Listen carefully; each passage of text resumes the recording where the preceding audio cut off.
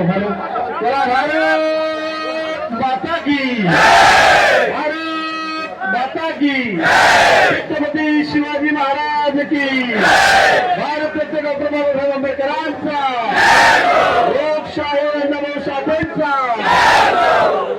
मंचावर उपस्थित मातक समाज वाल्मिकी समाज इतर विविध समाज जे उपवर्गीकरणासाठी या ठिकाणी आलेले आहेत ते सर्व नेते सर्व त्याचे कार्यकर्ते उपस्थित बंधू आणि भगिनींनो मी आपल्याला एक गोष्ट आधी सांगतोय या ठिकाणी उपोषण भरपूर सुरू असतात आपल्याला गेल्या 4-5 वर्षापासून पद्धत आहे की मंत्र्यांनी इथे यावं आपल्याला शिष्टमंडळाने तिथे जावं लागतं आमच्याकडे यावं लागतं 5 लोकांना चर्चा करतो निवेदन घेतो आणि मग तरी काय मार्गाने घेतो नाही पण आज आपले आमदार साहेब आले सकाळपासून माझ्याकडे आता मुख्यमंत्री महोदय मी डिझास्टरची जो पाऊस चालला आहे राज्यामध्ये सगळा हातकार मारला त्यावर बैठक झाली आणि त्यावेळेला तिथे आले त्यांनी मला विनंती केली मुख्यमंत्री महोदयांना सांगितलं की गिरीश भाऊंना तिथे पाठवावंच लागेल तर सगळे नियम तोडून आज अशा परिस्थितीमध्ये सुद्धा मी मुद्दामून तुम्हाला भेटायला या ठिकाणी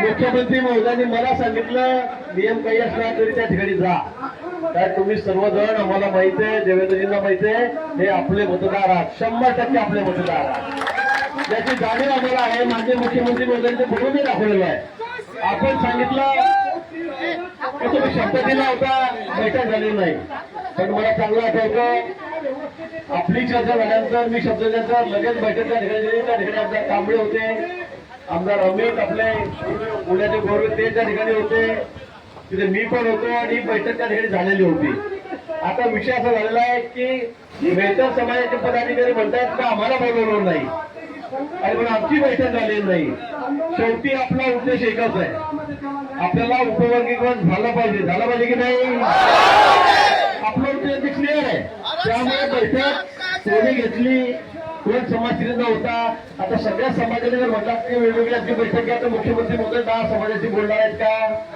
नाही आपला उद्देश काय आपला हेतू काय आपली मागणी काय आपल्या पदरात पडली पाहिजे आणि सरकार त्या बाबतीमध्ये तुम्हाला माहिती आहे सरकारची भूमिका काय माननीय देवेंद्रजींची भूमिका असेल शिंदे साहेब असतील पवार साहेब असतील याची भूमिका काय आणि म्हणून आपण काळजी करू नका आपण सांगितल्याप्रमाणे वाटल्यास एकदा या 2 ते 3 दिवसामध्ये अधिवेशन संपण्यापूर्वी जर वादळ जर कमी झालं आता मी आपत्ती व्यवस्थापन मंत्री मी रात्रभर 1 तास झोपलेलो होतो बघितलं रात्री मी 2 ते 3 4 वाजेपर्यंत मानखोरला होतो सकाळपासून पुन्हा सगळ्या मिटिंग चाललेल्या आहेत राज्यामध्ये अतिशय अपवादात्मक परिस्थिती आहे एक महिन्याचा पाऊस एकेका दिवसामध्ये पडतोय अतिशय कठीण तुम्ही आला कसं एवढ्या संख्येमध्ये मला तेच कळत नाही या ठिकाणी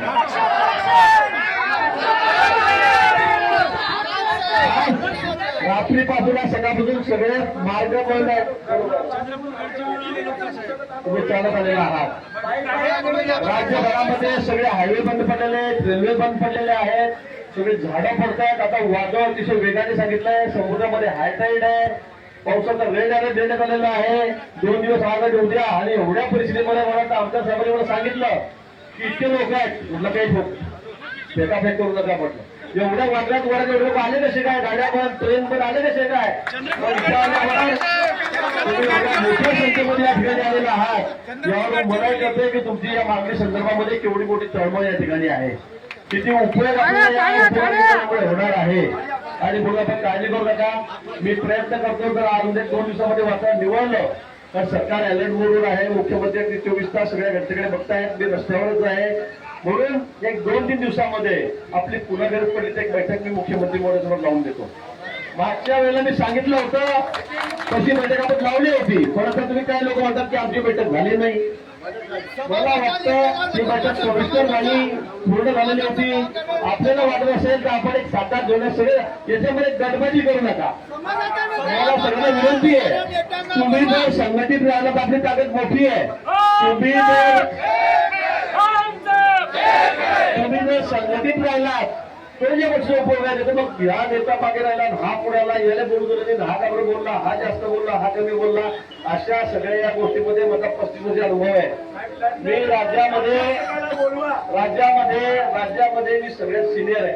भाजपचे 150 आमदार आहेत, त्या 150 आमदार 60 असलेला मी मंत्री आमदार आहे. 15 वर्षात मी मंत्री आहे. मला माहित आहे अशा अनेक संघटना येतात, मग सगळे विखून जातात. तो म्हणतो मी नेता, तो म्हणतो मी नेता, तो म्हणतो मी नेता. आपल्यापर्यंत 10 समाज आहेत बोला. त्याला सगळ्यांच्या पत्रामध्ये आपल्याला ही मागणी आहे ती टाकायची आहे. आणि म्हणून आपण आपसात वाद घालू नका. हा कोण तो कोण मी कोण. आपल्याला जे पाहिजे टार्गेट ते मिळवायचं असेल तर आपल्याला हे जावं लागेल. आता 5 फोटो असे केले ते टाकत नाहीये, पण असं केलं ते ठोसा मारला तर मात्र समोर त्याचे दात निघतात, याला कल्पना आहे. आणि म्हणून माझी आपल्याला काही विनंती आहे की आपल्या मागण्या आपण संगीतपणे एकत्रितपणे आपण सरकारकडे मागितल्या पाहिजे. एकत्रितपणे आपण एकत्र झाला पाहिजे. एवढ्या मोठ्या संख्येमध्ये तुम्ही आलेला आहात, निश्चितपणे कल्पना आहे. फक्त भीती अशी की झाड पडायला नको इकडे, पण इतके झाडं पडत आहेत तुम्हाला सांगू शकत नाही. आणि म्हणून आता आपल्याला सुखरूप घरी पण जायचं आहे, शांत व्यवस्थित जायचंय. कुठेही म्हणजे झाडाखाली उभे राहू नका, गाडी उभी राहू नका. पावसामध्ये कुठेही मोठा पूर आहे, नाल्यांना असेल, पुलावर असेल, पाण्यावर गाडी टाकू नका, जीव धोक्यात घालू नका. राज्यामध्ये कधी नव्हती अशी परिस्थिती आज आलेली आहे. एवढी गंभीर परिस्थिती या ठिकाणी आहे. आणि म्हणून तुम्ही काळजी करू नका. तुमच्या मागण्याची जाण आम्हाला आहे, सरकारला आहे, देवेंद्रजींना आहे, शिंदे साहेबांना आहे, सगळ्यांना आहे. आपण आपली मागणी पद्धत करून घ्यायची असेल तर मी पुन्हा सांगेन की आपण सगळे एक संघ व्हा, एकत्रित व्हा. थोडं वातावरण निवळलं की पुन्हा आपण वाटलं त्या ठिकाणी एकत्रित होऊ, गरज भासल्या. पण सरकार निश्चित तुमच्या पाठीशी आहे. मी सांगेन तुम्हाला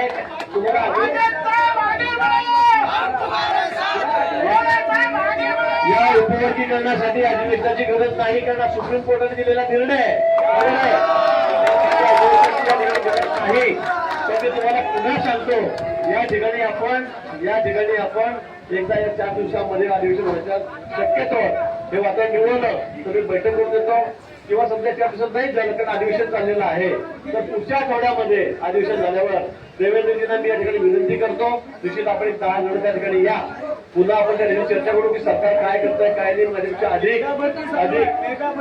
अधिक या ठिकाणी देवेंद्रजी या ठिकाणी थांबू शकतील. आणि म्हणून मी सांगतो की 4-5 दिवस प्रोग्राम करा आणि तुम्ही फॉलोअप करा. नाही तर मला इथे सांगायचं तुम्ही तुमच्या घरी, मी माझ्या घरी, माझ्या मागे 100 कामं असतात. तुम्हाला फॉलोअप करावं लागेल, तुम्हाला माझ्या पाठी लागावं लागेल, आमच्या साहेबांना पकडावं लागेल. आपले आमदार आहेत. या सरकारने जेवढे आपले आमदार दिले तेवढे पुढे दिलेले नाही, पुढे ते निवडून आलेले नाही. आणि म्हणून आपले लोकप्रतिनिधी त्या ठिकाणी आहेत. आपण सगळे मिळून पुन्हा एक बैठक साहेबांकडे करूया. मी त्याचं त्या ठिकाणी पुढाकार घेईन. आपल्याला आमच्याकडे तुम्ही माझ्या मागे तारीख घ्या, माझ्या मागे तारीख घ्या. आणि आज मात्र बघा वादळ खूप मोठं सुटणार आहे, खूप वाईट परिस्थिती राज्यात येणार आहे. आपापल्या जीवाची सगळ्यांनी काळजी घ्या. म्हणजे हात जोडून विनंती आहे. आजचा दिवस तर मोर्चाचा माझा यायचाही नाही या ठिकाणी. इतका बिजली रात्री, इतका मी मान फुटा रात्री नाशिकून निघालो. 10 वाजता झाल्याबरोबर 1 वाजता मानसूनला आलो, 3-4 वाजेपर्यंत तिथे होतो, 5-6 वाजता घरी आलो. सकाळपासून सगळ्या भानगडीमध्ये मी आहे. अनेक ठिकाणी घटना घडत आहेत, रस्ते बंद आहेत, दरडी कोसळत आहेत, रेल्वे बंद आहे. त्यामुळे मला वाटतं आता आपण सगळे सुखरूप जा. आपण मी आठवडाभरावर तुम्हाला तारीख घेऊन देतो. आपण बैठक करू, साहेबांना भेटू, त्यातून आपण निश्चित मार्ग काढू. एवढीच पाहिजे आपण या ठिकाणी पुन्हा या ठिकाणी देतो. पण मी पुन्हा सांगेन या गोष्टीसाठी उभं आपण सगळ्यांनी संघटितपणे एक राहा. इतके समाज येतं, सगळे नेते वाटून जातात, वेगळं त्याचं वेगळं, त्यातून आपल्या हातामध्ये काही येणार नाही.